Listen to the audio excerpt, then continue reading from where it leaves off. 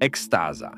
Extáza, známa aj ako MDMA, patrí medzi syntetické drogy, ktoré sa na párty a festivaloch často využívajú na posilnenie nálady, pocitov spojenia a zvýšenie energie.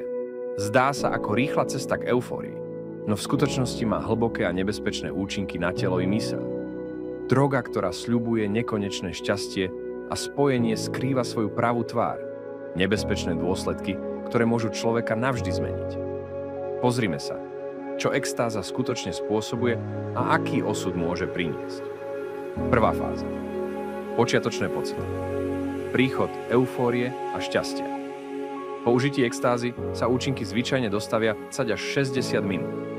Človek začne pociťovať nárast energie, vzrušenie a intenzívnu eufóriu.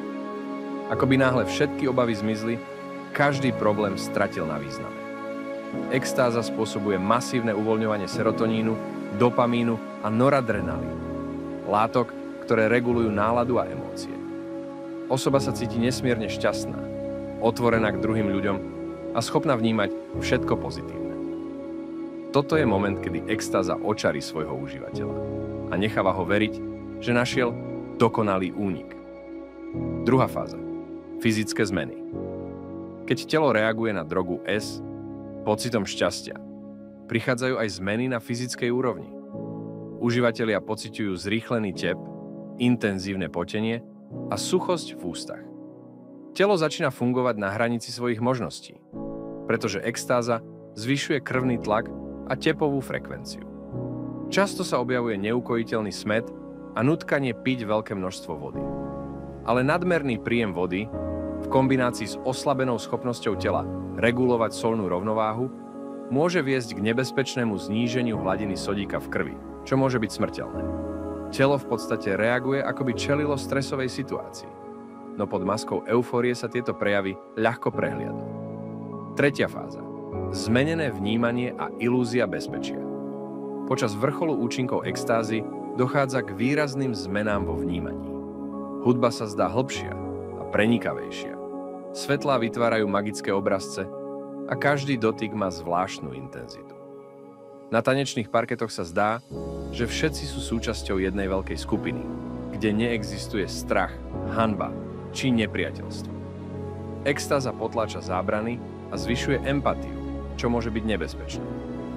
Užívatelia sú náchylní k rizikovému správaniu, neuváženým rozhodnutiam a môžu podceňovať nebezpečenstvo. Droga manipuluje pocitmi, no zároveň narúša schopnosť rozlíšiť realitu od ilúzie. Štvrtá fáza. Náraz na dno, keď pominie eufória. Ako rýchlo extáza prinesie eufóriu, rovnako rýchlo nastane jej koniec. Po 2 až 6 hodinách účinky začínajú slabnúť. Pre mnohých užívateľov je táto fáza nečakaná a bolestivá. Prichádza fyzické vyčerpanie, silná únava, depresia a pocit prázdnoty. Všetok ten šťastný serotonín je vyčerpaný a mozog ho nestíha doplniť. Tento náhly pokles môže u niektorých spôsobiť zúfalstvo, úzkosť alebo dokonca paranoidné stavy. Pre niektorých jedinou cestou, ako uniknúť tomuto stavu, je znovu užitie drogy, čím sa rozbieha nebezpečný kolotoč závislosti. 5. fáza. Dlhodobé dôsledky a cena za šťastie. Pravidelné užívanie extázy nezostane bez následkov. Mnohí užívatelia sa potýkajú s dlhodobým znížením produkcie serotonínu, čo vedie k pretrvávajúcej depresii, úzkosti, problémom s pamäťou a sústredením. Mozog, ktorý bol donútený fungovať na maxime, môže mať trvalé následky. Navyše, čierny trh je nevyspytateľný a tabletky často obsahujú neznáme látky, ktoré zvyšujú riziko intoxikácie. Jeden nesprávny krok môže viesť k fatálnym následkom. Záver. Temná pravda extázy extáza, hoci na začiatku prináša pocit dokonalého šťastia, je v skutočnosti zradnou cestou k seba zničeniu. Krátkodobá eufória je vykúpená dlhodobými fyzickými a psychickými dôsledkami. Je to ilúzia, ktorá ľuďom ukradne ich sny, zdravie a často aj životy. Drogy nikdy neprinesú skutočné šťastie, len klam a bolesť, ktorú je ťažké napraviť. Výber medzi ilúziou a realitou je na každom z nás, no cena za chvíľkové potešenie môže byť príliš vysoká.